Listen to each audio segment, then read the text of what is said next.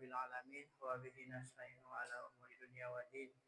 Assalatu wassalamu ala asrofil anbiya'i wal mursalin Sayyidina Muhammadin wa ala alihi wa sahbihi ajma'in, amma ba'du. Rabbi shrah li sadri wa yassir li amri wahlul 'uqdatam min lisani yafqahu qawli, amma ba'du.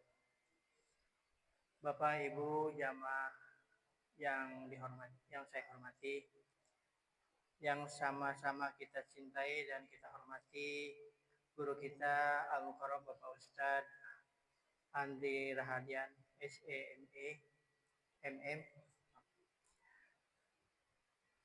Pertama-tama marilah panjatkan puji syukur kehadirat Allah Subhanahu wa taala yang telah memberikan limpahan nikmat kepada kita semua, sehingga pada pagi hari ini kita semuanya dapat hadir untuk menunaikan kewajiban kita, yaitu sholat subuh secara berjamaah. Bapak Ibu jamaah sidang sholat subuh yang berbahagia, sebelum kita mulai ta'lim pada pagi hari ini, kita kirim doa kepada keluarga kita, kepada saudara kita yang dalam keadaan kesulitan ataupun dalam keadaan yang tidak sehat, terkhusus jamaah kita Bapak Haji Jaidun pada saat ini dalam keadaan sakit. Kita sama-sama doakan mudah-mudahan penyakitnya segera diangkat oleh Allah Subhanahu wa taala, dan saudara-saudara kita yang telah meninggalkan kita terlebih dahulu, mudah-mudahan diterima iman Islamnya, diampuni segala dosa-dosanya, dan dijadikan ahli surga.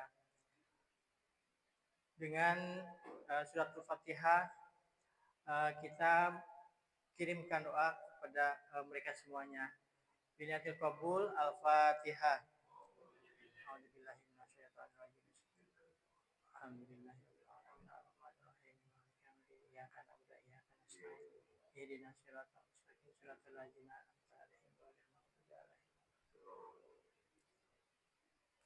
Selanjutnya mari kita sama-sama dengarkan kajian ilmu yang akan disampaikan oleh guru kita.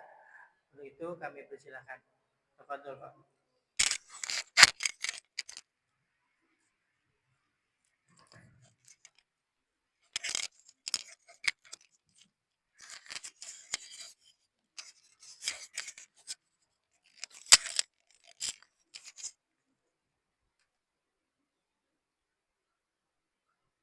Assalamualaikum warahmatullahi wabarakatuh.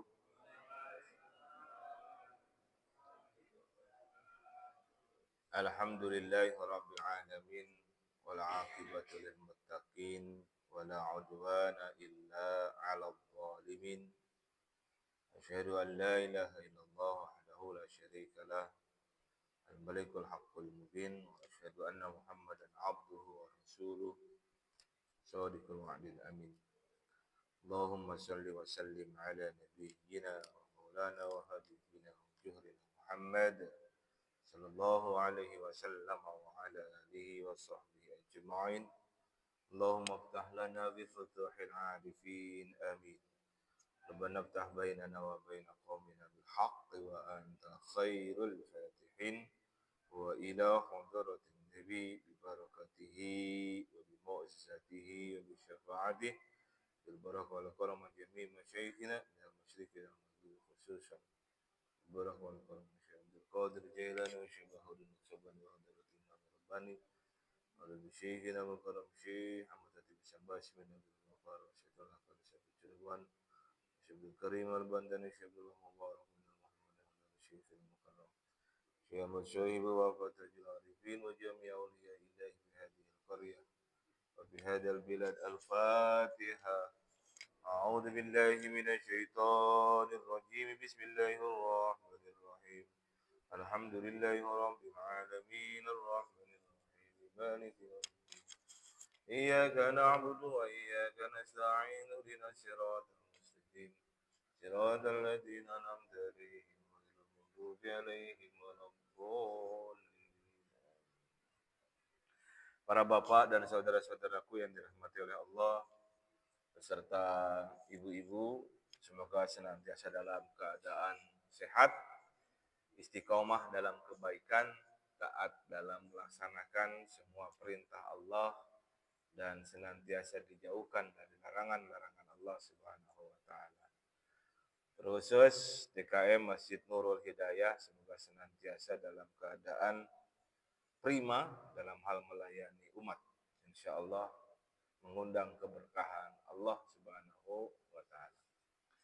Jamaah yang dirahmati oleh Allah Subhanahu wa taala, baik yang hadir di majelis ini, majelis ta'lim ba'da salat subuh hari Selasa pagi, juga yang hadir di luar ruangan mendengarkan pengeras suara, serta yang hadir di jamaah live streaming atau recording channel YouTube-nya Pak Ramayadi.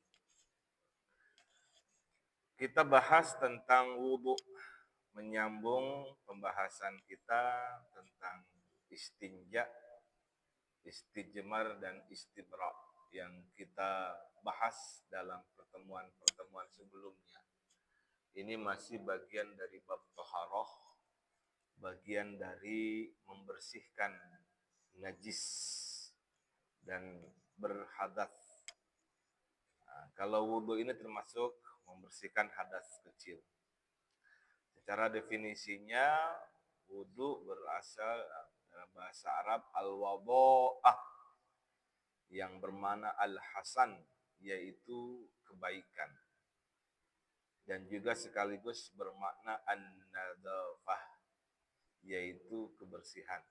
Kita sering dengar hadis Rasulullah, an-nadhafatu minal iman. Kebersihan adalah sebagian daripada iman.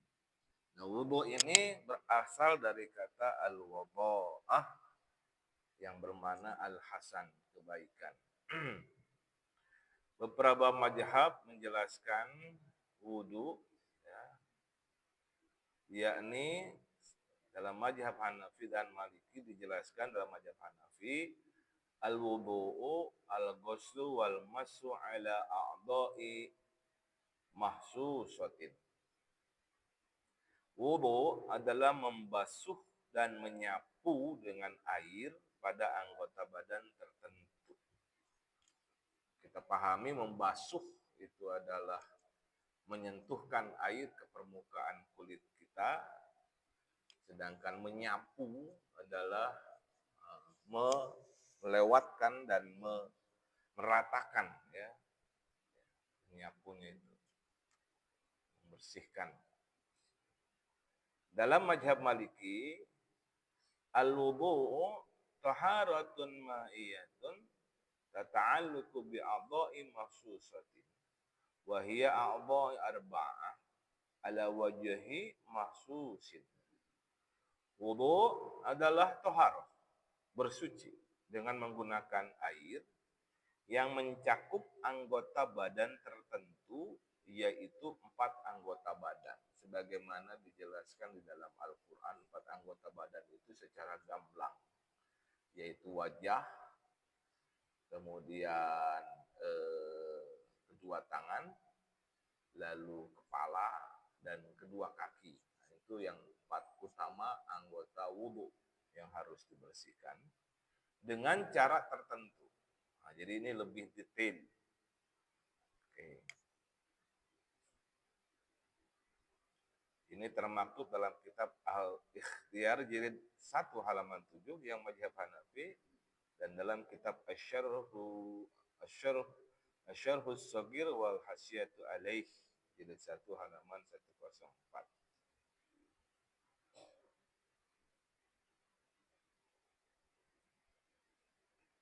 Sementara menurut mazhab Syafi'i,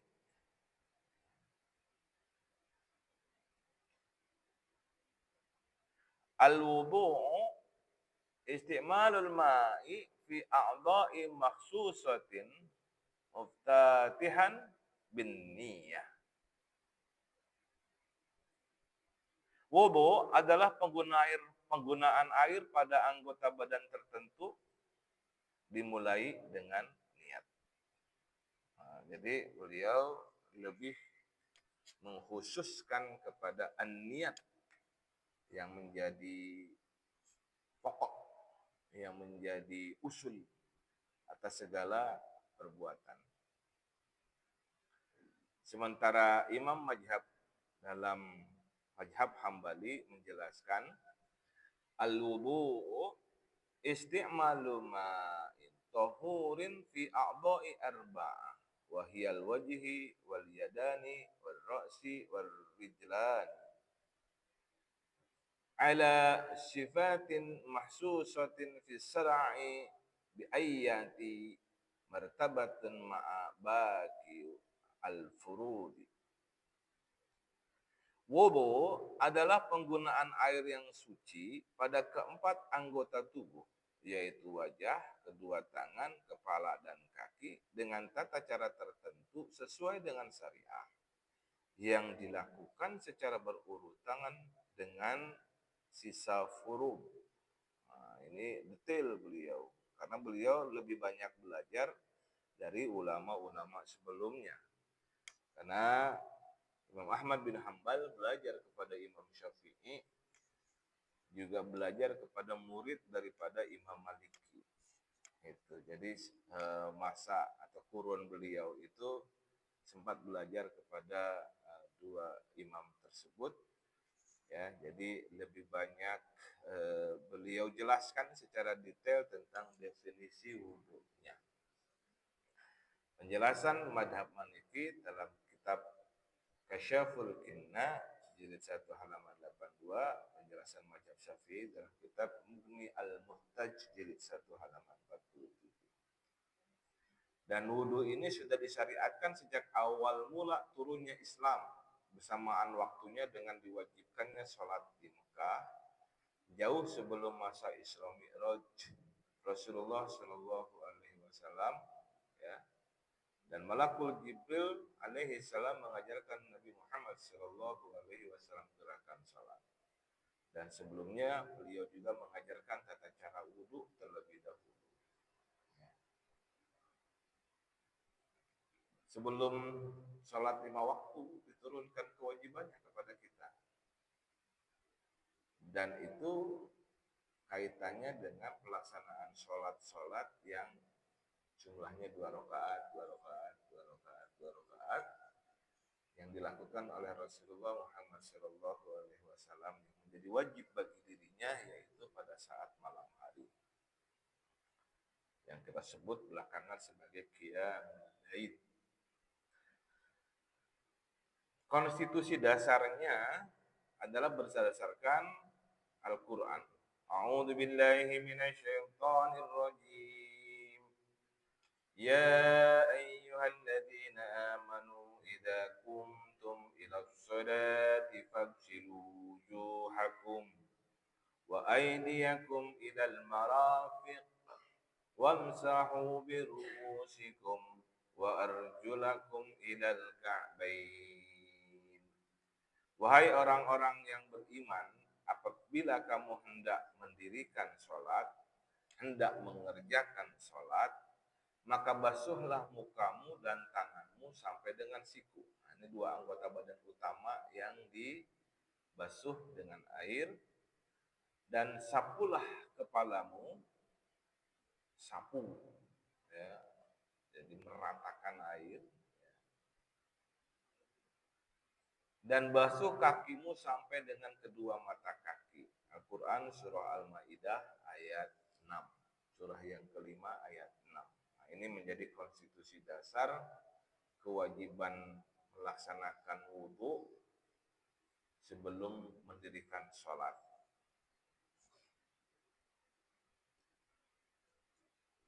Hadis Rasulullah Muhammad sallallahu alaihi wasallam. An Abi Hurairah radhiyallahu anhu qala Rasulullah sallallahu alaihi wasallam la yaqbalullahu salata ahadikum idza ahdatsa hatta yatawaddaa. Dari Abu Hurairah radhiyallahu anhu, ia berkata bahwa Rasulullah Muhammad sallallahu alaihi wasallam bersabda, Allah tidaklah menerima sholat salah seorang di antara kalian ketika ia berhadas sampai ia berwudu. Jadi maksudnya sampai di sini adalah kecuali, ya, hatta ya tawaddo. Allah tak akan menerima sholat salah seorang di antara kita kecuali kita berwudu. Jadi ini yang menjadi kewajiban untuk kita melaksanakan wudu. Kata ahdatha hasala minhul hads, berarti muncul hadas. Wa huwal kharij min ahadis sabirin aw ghairihi min nawaqidil wudu'i, yaitu sesuatu yang keluar dari salah satu dari dua jalan atau pembatal wudu lainnya. Hadis riwayat Imam Bukhari nomor 6954 dan hadis dari Imam Muslim nomor 220. Secara logika kita nggak paham yang keluar hadasnya dari dua arah jalan, depan dan belakang, kubur dan dubur, tapi yang dibersihin adalah tangan, kepala, muka, sama kaki. Nggak nyambung secara logika. Gitu. Tapi Allah memerintahkan itu. Ketika kita akan mendirikan sholat, kita basuh muka kita, tangan kita, kepala kita, kaki kita.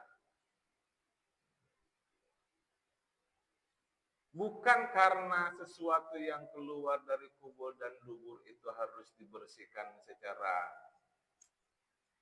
zatiah. Itu.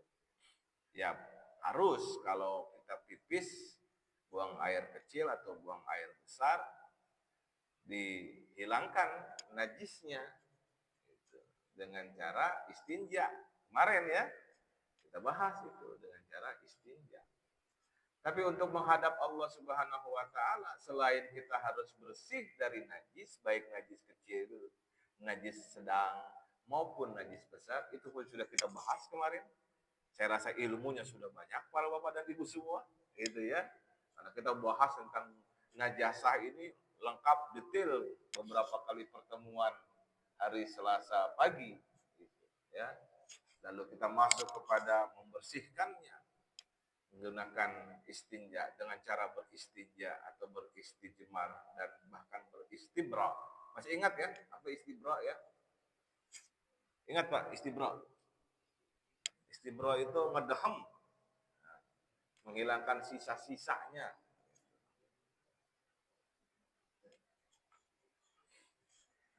Faedah hadis ini, ya, salat itu ada yang diterima dan ada yang tidak diterima.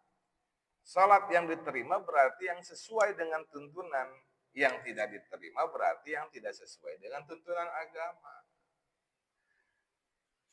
Karena semangat dia sholat, lalu dia langsung sholat, nggak mematuhi perintah Allah untuk sebelum mendirikan sholat, basuhlah tanganmu, kepalamu, sapulah kepalamu, kemudian basuhlah mukamu dan kepalamu, kemudian basuhlah kakimu.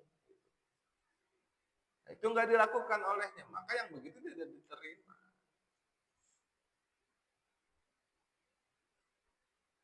Kecuali memang nggak tahu. Nah, tapi masa sih sampai dengan seusia ini nggak tahu, gitu kan?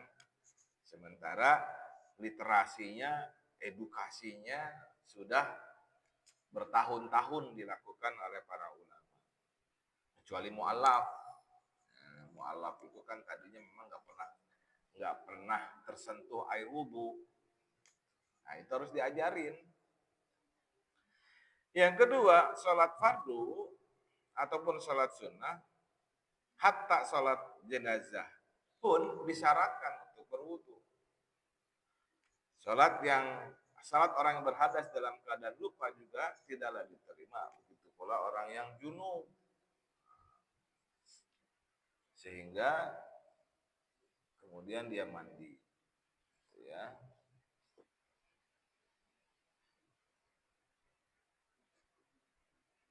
Nah, ini sudah mulai kendor, tolong dikencengin.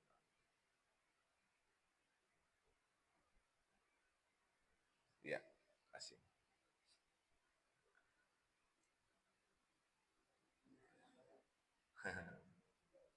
Sholat yang berhadas itu maksudnya adalah orang yang dalam keadaan berhadas kemudian dia langsung sholat, enggak bertoharoh dulu, ya, enggak melakukan mandi junub dan wudhu dulu, maka dia menjadi haram sholatnya. Ia tidak boleh melakukan sholat sampai ia berwudhu. Gitu ya Pak ya. Ini jelas sekali. Maka hukum wudhu ini menjadi wajib. Ia wajib ketika akan mendirikan sholat. Ia menjadi wajib saat akan menyentuh mushaf. Ia menjadi wajib ketika akan tawaf dan melakukan tawaf, seputar Ka'bah. Jadi kalau orang tawaf tanpa dalam keadaan berwudu, maka tawafnya tidak diterima. Baru satu putaran udah batal, belum total satu putaran, maka dia harus berwudu lalu kemudian mengulangi dari awal. Tanggung Ustadz udah 6/3/4 putaran. Dia wudu. Maka yang 6 dalam keadaan berwudu, sementara sisanya putaran yang ke-7 dia lanjutkan mulai dari Hajar Aswad lagi. Itu bukan dari 3/4-nya bukan, tapi mulai dari Hajar Aswad lagi. Itu. Jadi masuk kepada putaran yang ke-7. Itu Pak ya. Kalau diberikan rezeki oleh Allah untuk melaksanakan haji di tahun mendatang. Amin. Ya. Baik. Wudu akan menjadi sunnah saat akan mengulangi wudu untuk sholat.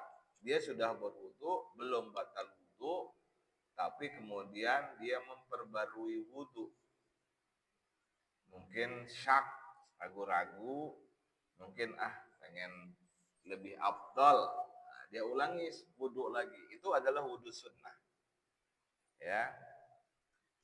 Atau menyentuh kitab-kitab syar'iyah.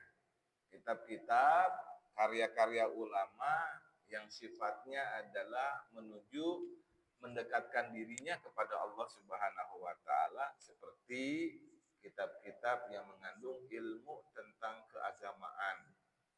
Ya, ilmu membahas hal-hal yang bersifat prosedural ibadah, ya, ilmu-ilmu usuluddin, juga ilmu-ilmu persucian diri kepada Allah Subhanahu wa taala. Gimana kalau ilmu alam, Ustaz?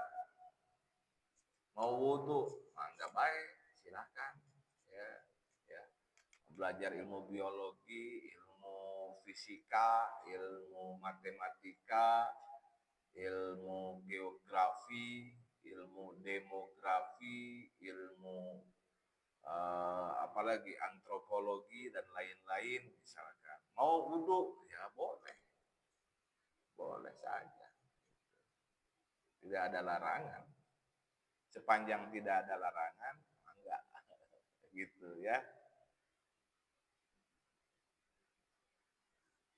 Disunahkan berwudu juga ketika akan tidur.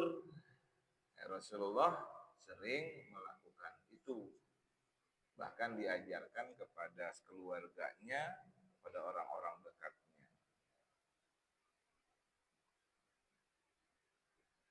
Sebelum mandi janabah, ya, ini nanti akan kita masuk pembahasan detailnya pada saat tata cara mandi junub.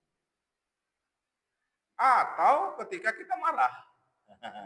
Ya, ada hadisnya. Kalau kamu lagi marah, maka berwudulah. Itu. Saat akan melantunkan azan dan iqamah. Nah, disunahkan untuk berwudu.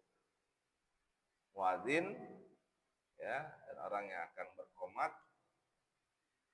disunahkan untuk berwudu. Juga saat melakukan zikir. Nah, zikir yang biasa kita lakukan kan ba'da sholat. Kita masih dalam keadaan berwudu saat sholat dan seusai sholat. Lalu kita zikir. Nah, kita dalam keadaan berwudu saat itu. Atau tidak dalam keadaan sedang atau setelah sholat. Kita mau berzikir. Boleh melakukan wudu dulu sebelum berzikir. Begitu. Niat mau zikir ketika dalam perjalanan menuju kantor. Maka dia wudu dulu. Ya. Bukan wudu untuk pergi ke kantor, tapi wudunya pengen zikir. Gitu. Ya. Ustadz, zikir dalam perjalanan, tapi saya tidak punya wudu. Ya udah, apa-apa. Itu kan sunnah. Itu ya. Jadi jangan dibalik. Nah, khatib pun harus dalam keadaan berwudu ketika dia akan khutbah. Bahkan kalau dia tidak berwudu dalam keadaan khutbah saat sholat Jumat, maka khutbahnya batal. Karena dua khutbah itu pada saat sholat Jumat adalah pengganti sholat zuhur. Maka sang khatib diisyaratkan, diprasyaratkan itu harus dalam keadaan berwudu. Dalam hal ini ya bahkan pada saat sholat Jumat khatibnya harus dalam keadaan berwudu.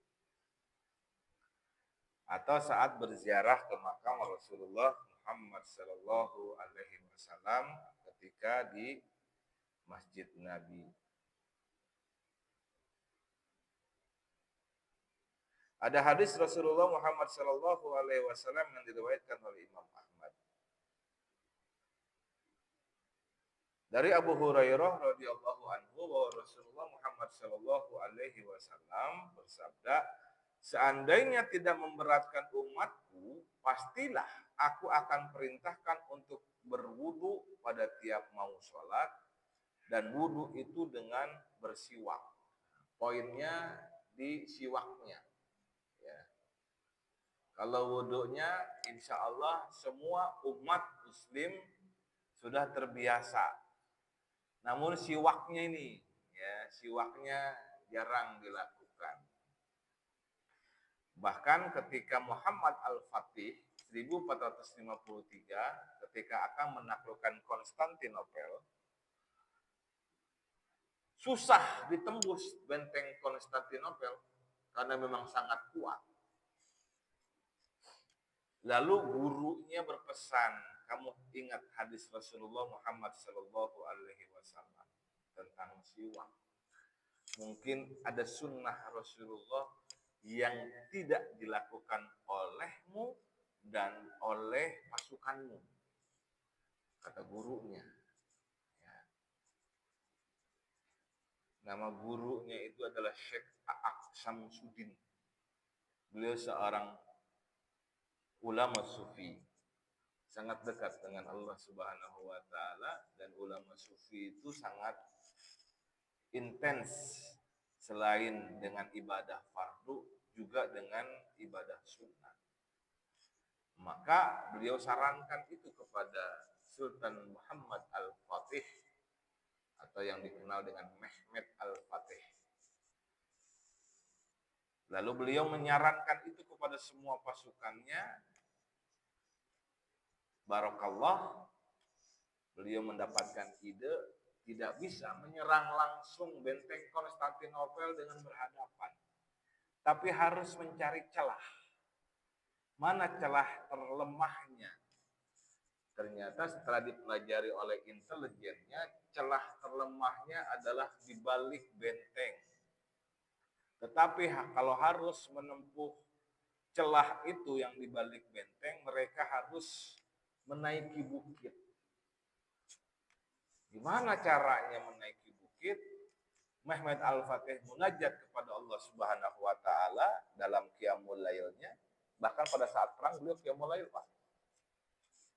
Kita mah qiyamul lail pada saat lapang, Pak ya. Saat banyak waktu ya. Beliau dalam keadaan genting itu qiyamul lail. Dalam qiyamul lail beliau mendapatkan ilham, kamu harus naikin bukit. Caranya gimana?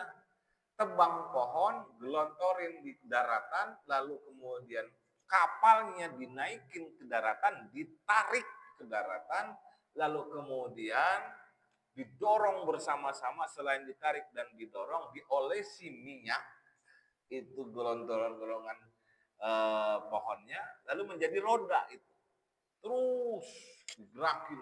Semalaman mereka menggerakkan kapal dan pasukannya menaiki bukit, menuruni bukit sampai kepada celah terlemah Konstantinopel, lalu dengan izin Allah akhirnya Muhammad Al-Fatih mampu menguasai, mampu menaklukkan Konstantinopel, mampu membebaskan Konstantinopel. Itu yang Konstantinopel itu, Pak, itu oleh ayahnya Sultan Murad tidak bisa ditembus. Sultan Murad II.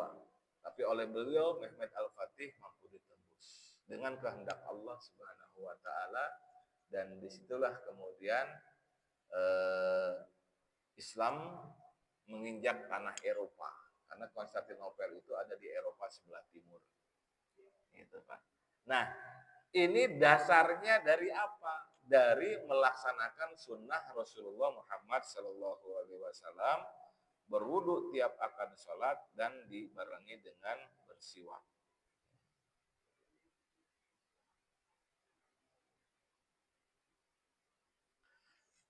Dari Sauban, dari Rasulullah Muhammad Sallallahu Alaihi Wasallam, tidaklah menjaga wudu kecuali orang yang beriman. Jadi orang yang beriman itu selalu dalam keadaan berwudu. Ada anggapan bahwa ketika dia akan menghadap Allah Subhanahu wa taala, dia diusahakan dalam keadaan berwudu. Sehingga dalam keadaan akan tidur dia berwudu, maka dalam kondisi berbaring di atas tempat tidur dia dalam keadaan berwudu. Masya Allah. Itu ya.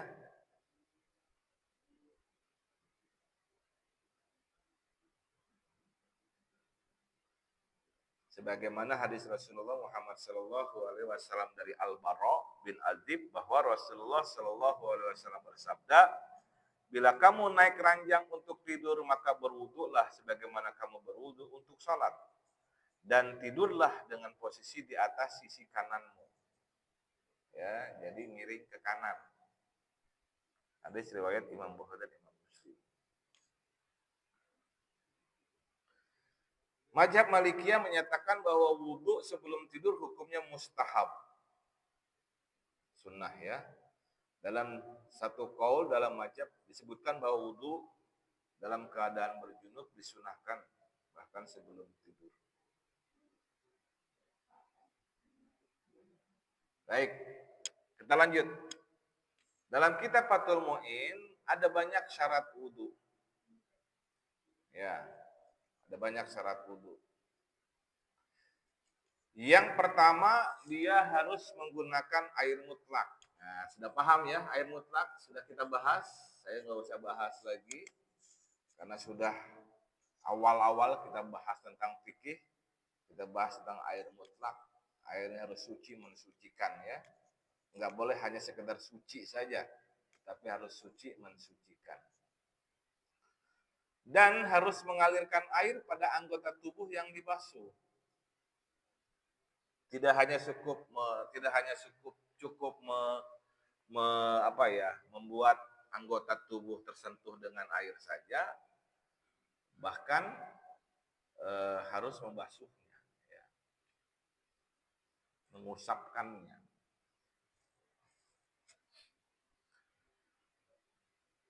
Tidak terdapat hal membahayakan pada anggota wudhu. Jadi jangan sampai terhalang air, ya.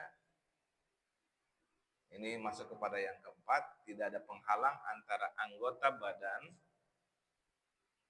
dengan air yang dibasuhkan kepada anggota badan itu.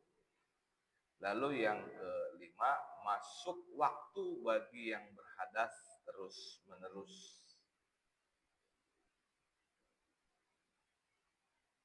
Ini harus sudah mulai diganti kabelnya. Oke. Nah, jadi ini syarat wudu sebagaimana terdapat dalam kitab Fathul Mu'in. Ini dia kitabnya.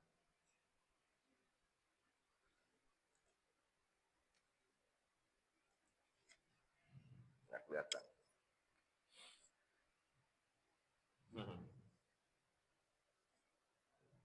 Wasalisuha alla yakuna alaihi ay alal wudu'i mughayyirun lil ma'i taghayyuru dharran ka za'farat wa sandalin khilafan di jam'in. Ketiga, pada anggota wudu tidak terdapat perkara yang membahayakan bagi perubahan air, misalnya minyak zafaran dan kayu cendana.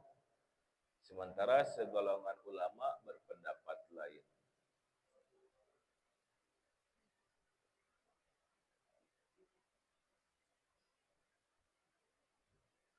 Wa rabi'uha alla yakuna 'alal wudu'i ha'ilun bainal ma'i wal maghsuli kanuratin wa sama'in wa duhnin jamidin wa aini hijrin wa hinna'in. Keempat, tiada penghalang antara anggota basuhan dengan air, misalnya kapur, lilin, minyak yang sudah mengeras, bekas tinta yang masih ada zatnya, dan inai. Bikhilafi duhnin jarin aima'iin wa illam zasbutil ma'u alaih. Berbeda dengan minyak yang masih basah walaupun air masih tetap melesat. Gitu ya. Nah, ini kalau membahas secara kitab Fathul Mu'innya demikian.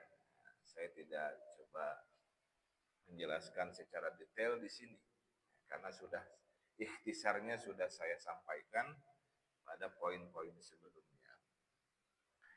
Bagaimana cara berwudu Rasulullah Muhammad Sallallahu Alaihi Wasallam? Ya. Kita lihat.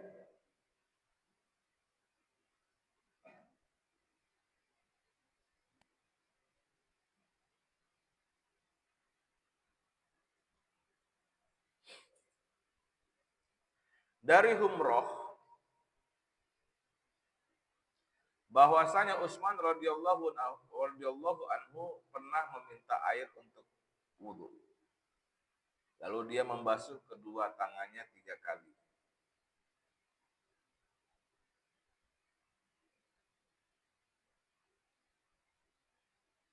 Kemudian beliau berkumur, menghirup dan mengeluarkan air dari hidung. Kemudian beliau membasuh wajahnya 3 kali. Tsumma ghassala yadahul yumna ilal mirfaq salasa marrat. Kemudian beliau membasuh tangan kanannya sampai siku 3 kali. Tsummal yusra misla dzalik. Kemudian yang kiri begitu juga, ya.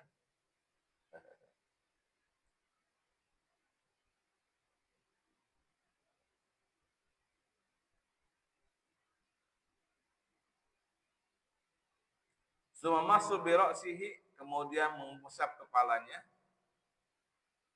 Suma ghassala rijlahul yumna ilal ka'bain salasa marrat.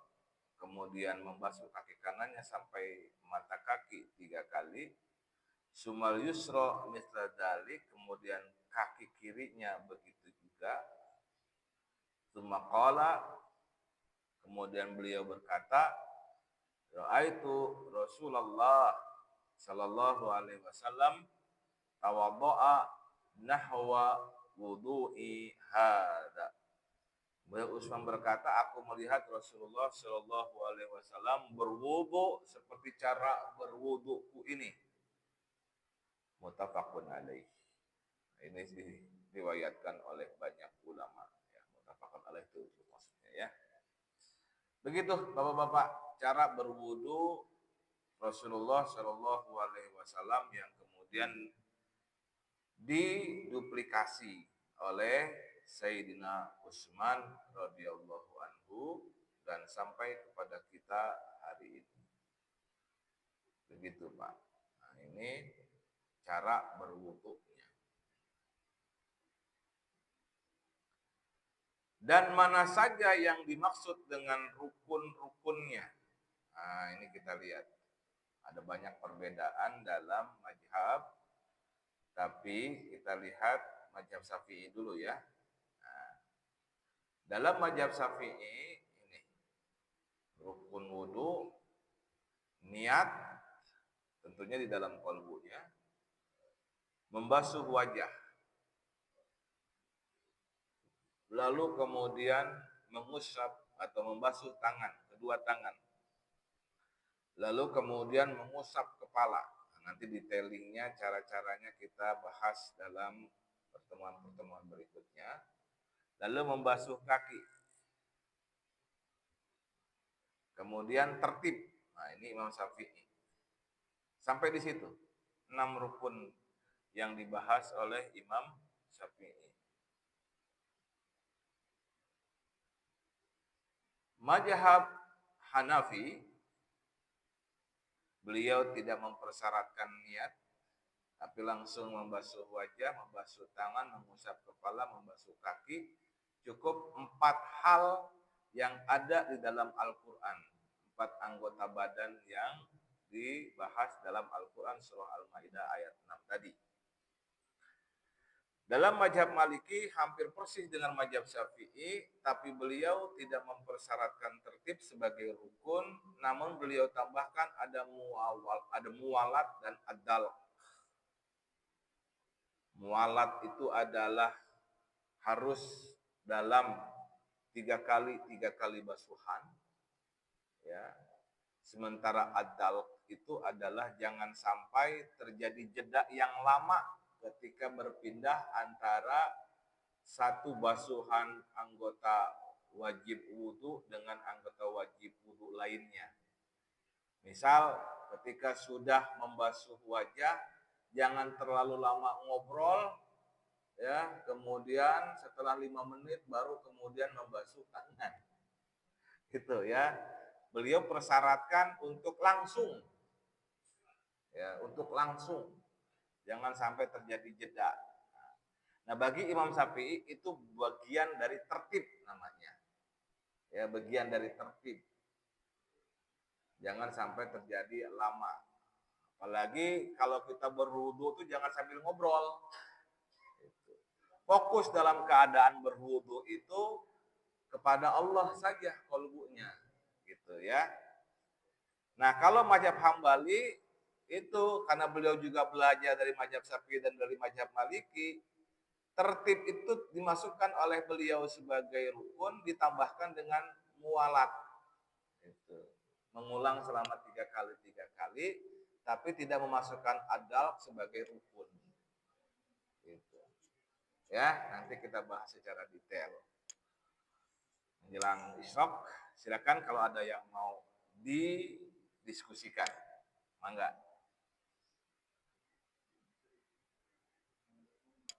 Waalaikumsalam.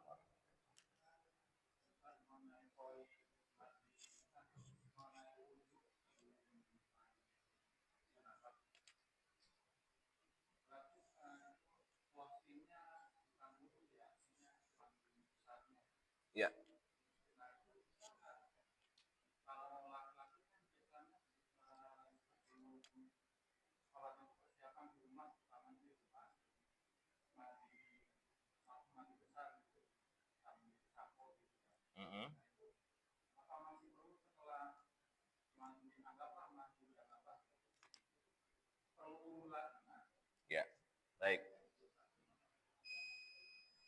Jadi itu nanti maaf masuk dalam bahasan bab mandi janabah ya sebenarnya ya. Tapi secara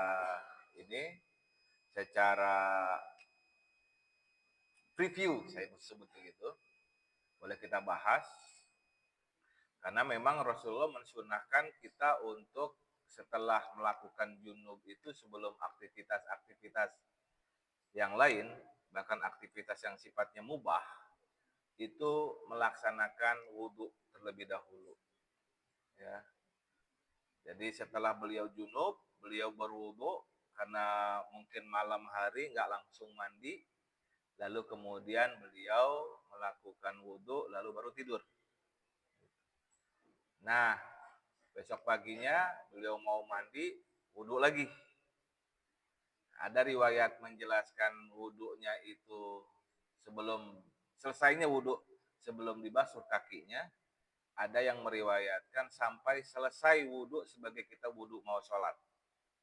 Lalu baru beliau melakukan mandi junub, meratakan air ke seluruh badannya.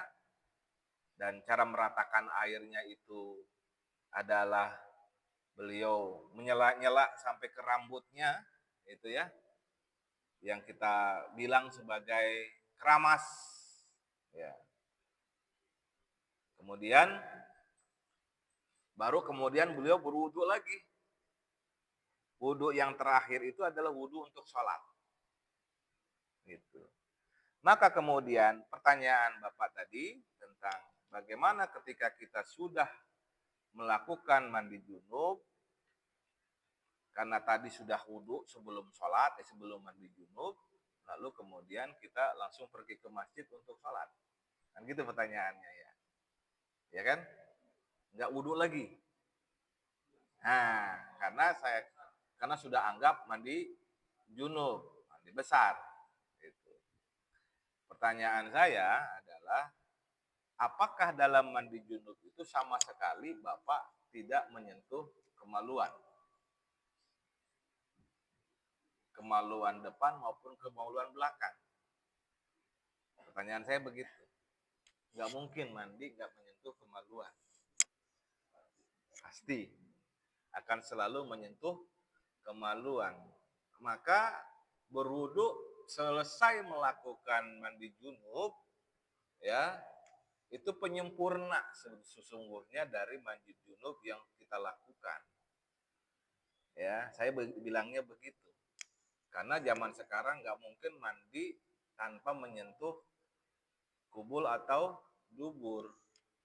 Meskipun memang sebelumnya sudah melakukan istinja. Itu, ya. Maka berwudu lagi pada saat selesai mandi junub, itu pun sunnah Rasulullah. Gitu. Jadi pergi dalam keadaan untuk sholat itu adalah dalam keadaan sudah berwudu setelah mandi junub. Gitu ya.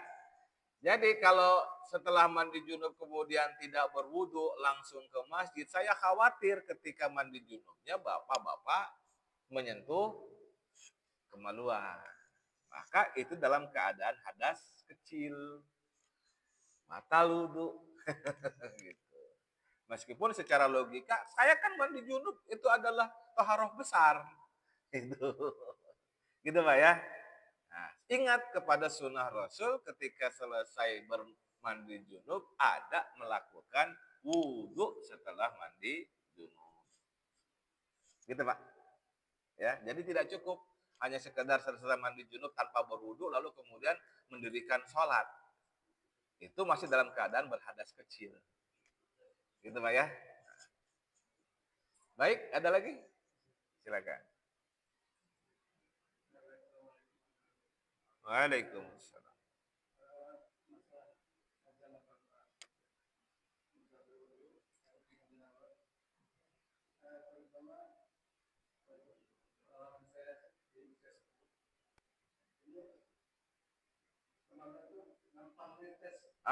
Ya. Mm-mm.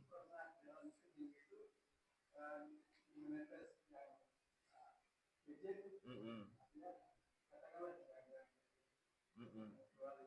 Ya. Lalu Jumat.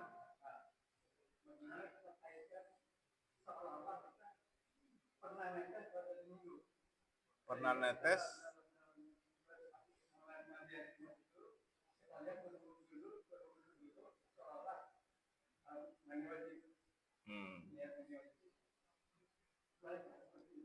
Ya, baik. Waalaikumsalam. Praktek mandi junub menjadi wajib, menjadi fardu adalah ketika kita berhadas besar.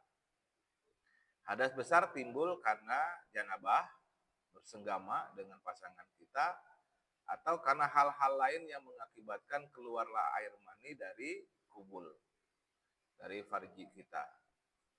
Lalu, kondisi kita melakukan mandi janabah, praktek melakukan sebagai mandi janabah, bisa dilakukan sunnah hukumnya ketika kita akan melakukan sholat Jumat. Jadi cara mandi pada salat Jumat, pada saat akan salat Jumat itu sebagaimana mandi pada saat junub, pada saat janabah. Jadi mandi janabah di sholat di hari Jumat ketika akan salat Jumat hukumnya sunnah. Gitu ya. Jadi bukan mandi hanya sekedar mandi.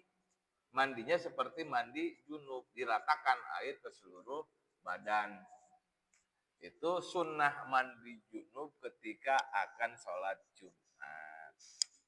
Maka bapak yang mempunyai penyakit tua, karena mungkin sering netes, besar lah istilahnya gitu, sebenarnya tidak dengan mandi saja sudah cukup, beristinja saja sudah cukup, lalu kemudian berwudu sebenarnya.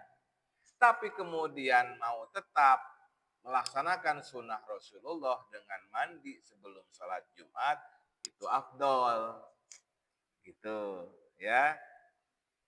Tidak begitu pun, tidak sering beser pun, ya, bagi semua umat muslim laki-laki disunahkan untuk mandi saat akan sholat Jumat. Kapan waktunya Ustadz? Terserah, mau sejak pagi di hari Jumat atau saat menjelang akan pergi ke masjid. Gitu. Ya Pak. Jadi tidak mesti didahului oleh dia beser atau tidak beser. Terkait dengan mandi sunnah di saat akan sholat Jumat. Ya, baik. Apalagi kalau beser. Nah, kalau beser sebenarnya cukup dengan dia beristinja setiap akan melakukan sholat. Gitu. Ya. Demikian. Ada lagi pertanyaan? Cukup? Silakan.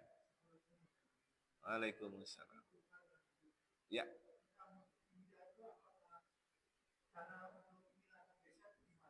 Baik. Sebenarnya beser atau tidak beser itu di usia sepuh adalah masuk kepada keyakinan. Ya, keyakinan.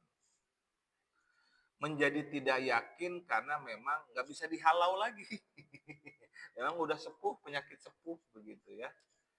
Maka kemudian yang harus sering dilakukan oleh orang yang memiliki syak, perasaan, keluar lagi. Padahal setelah dicek sebenarnya enggak. Itu namanya syak, ragu. Ya, keraguan-raguan.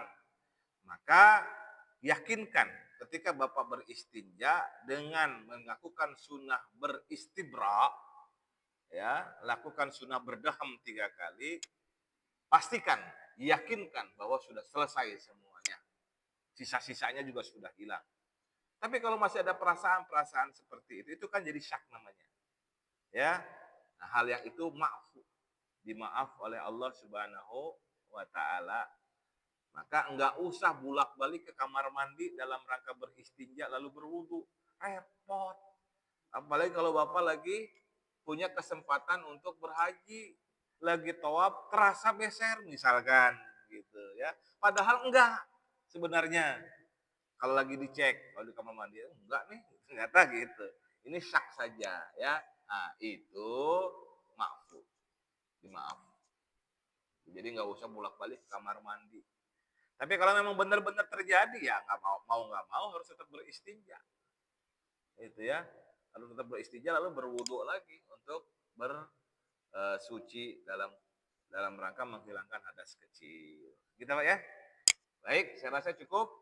Insyaallah dapat keberkahannya dari membahas ilmu Allah ini, dan insya Allah meskipun ini sering kita lakukan tapi secara keseluruhannya kita pun nggak tahu nih mana yang menurut mazhab Hambali, Maliki dan Hanafi, sementara kita tahunya menurut mazhab Syafi'i saja gitu. Termasuk kalau mazhab Maliki ada yang disebut dengan mualat dan ad-dalq gitu ya. Harus kita tahu itu ya. Meskipun memang tidak menjadi rukun bagi mazhab Syafi'i. Kalau dalam mazhab Syafi'i cukup dengan tertib ya. Yang dahulu didahulukan, yang belakangan dibelakangkan. Sunnah melakukan pembasuhan itulah yang keliru datang dari diri saya. Mohon dimaafkan. Allahul muwaffiq ila aqwamit thoriq. Bismillahirrahmanirrahim. Allahumma sholli ala sayyidina Muhammad wa ala ali sayyidina Muhammad. Allahumma ya Allah, anta sami, anta basir, anta syahidun alaina. Engkau maha melihat, engkau maha mendengar, engkau maha menyaksikan kami semua yang berkumpul di pagi hari ini. Tiada lain mengharapkan ridha dan rahmat-Mu ya Allah. Curahkan semua ilmu-Mu kepada kami. Jadikan ia cahaya untuk kalbu kami sehingga kami mampu melaksanakan semua kewajiban yang telah Engkau perintahkan dan menjauhi larangan-larangan yang Engkau larang kepada kami ya Allah. Rabbana atmim lana nurana min anwaril Qur'an wa min anwaril Islam wa min anwaril iman wa min anwaril ihsan wa min anwari la ilaha illallah Muhammadur Rasulullah. Rabbana dalamna anfusana wa illam taghfir lana wa tarhamna lanakunanna minal khasirin. Rabbana atina fid dunya hasanah wa fil akhirati hasanah wa qina adzabannar. Adkhilna jannata ma'al abrar ya aziz ya ghaffar ya rabbal alamin. Bifadlika subhana rabbika rabbil izzati amma yasifun wa salamun alal mursalin walhamdulillahi rabbil alamin. Kita tutup dengan doa kafaratul majlis. Subhanakallahumma bihamdika asyhadu an la ilaha illa anta astaghfiruka wa atubu ilaik. Wassalamualaikum warahmatullahi wabarakatuh. Baik, jemaah sekalian, jemaah yang kita ikuti pengajian pada hari ini, mudah-mudahan menambah istiqomah kita semua dan mendapat ketakwaan kita kepada Allah Subhanahu wa taala.